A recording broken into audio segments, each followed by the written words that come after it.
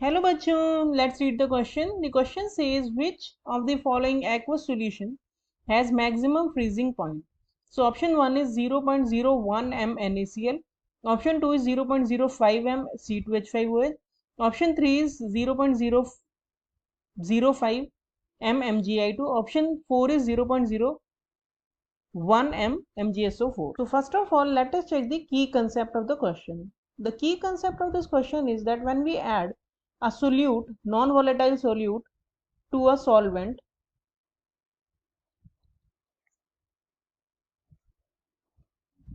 तो उसका जो फ्रीजिंग पॉइंट होता है उसमें हो जाता है डिप्रेशन. यानी कि फ्रीजिंग पॉइंट जो होता है वो हो जाता है कम due to the addition of non volatile solute. तो सॉल्यूशन का जो फ्रीजिंग पॉइंट होगा वो होगा lesser as compare to solvent, lesser freezing point. तो इसके जो फ्रीजिंग पॉइंट में कमी होती है उसे हम बोलते हैं डिप्रेशन इन फ्रीजिंग पॉइंट, और उसे हम शो करते हैं डेल्टा टी एफ से. और डेल्टा टी एफ की वैल्यू होती है इक्वल टू आई के एफ एम. वहां पे आई क्या है? आई है वांट ऑफ फैक्टर, जो कि नंबर ऑफ पार्टिकल्स को शो करता है आफ्टर डिसोसिएशन, और अगर एसोसिएशन हो रहा है तो आफ्टर एसोसिएशन.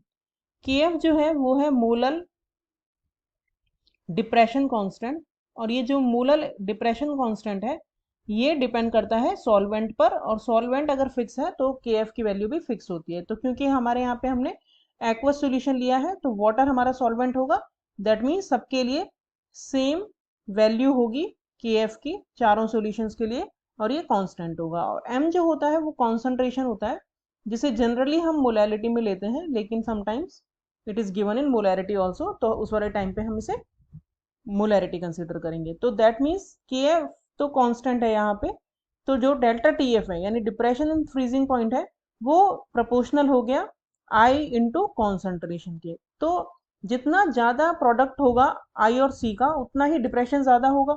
अगर डिप्रेशन ज्यादा हो रहा है दैट मीन्स कमी हो रही है फ्रीजिंग पॉइंट में, तो दैट मीन्स फ्रीजिंग पॉइंट जिनकी आई इंटू सी की वैल्यू ज्यादा है उनके लिए फ्रीजिंग पॉइंट कम होगा. दैट इज जो फ्रीजिंग पॉइंट है सॉल्यूशन का that is inversely proportional to 1/i into सी.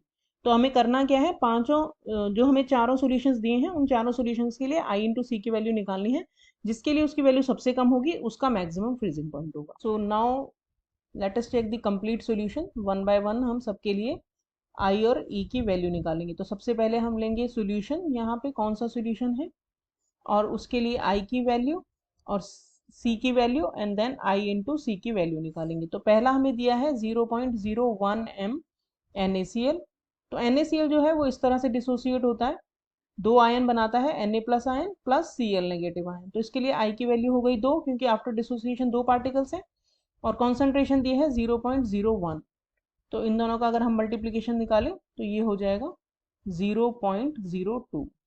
दूसरा हमें दिया है 0.005 m C2H5OH. C2H5OH जो होता है ये डिसोसिएट नहीं होता है वाटर में, तो इसमें जो नंबर ऑफ पार्टिकल्स है सॉल्यूशन बनाने के बाद भी एक ही रहेगा, और कॉन्सेंट्रेशन दी है 0.005. तो इन दोनों का मल्टीप्लिकेशन हो गया 0.005. तीसरा दिया है 0.005 m MgI2.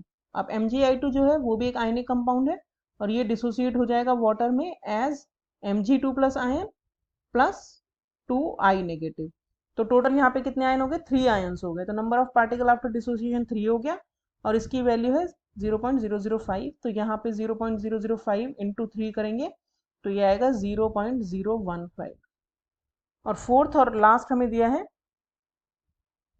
0.01 m MgSO4. MgSO4 का अगर हम डिसोसिएशन देखें तो ये डिसोसिएट होगा दो आयन्स में, Mg2 प्लस और SO4 2 नेगेटिव.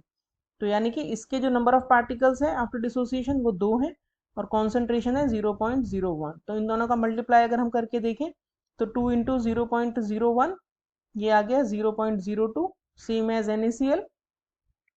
तो ये चारों वैल्यूज में से अगर हम देखें तो हमें ढूंढनी है सबसे छोटी वैल्यू, जिसकी सबसे छोटी वैल्यू होगी उसका फ्रीजिंग पॉइंट सबसे ज्यादा होगा. तो सबसे छोटी वैल्यू है इनमें ये वाली, तो दैट मीन्स इसका फ्रीजिंग पॉइंट होगा मैक्सिमम.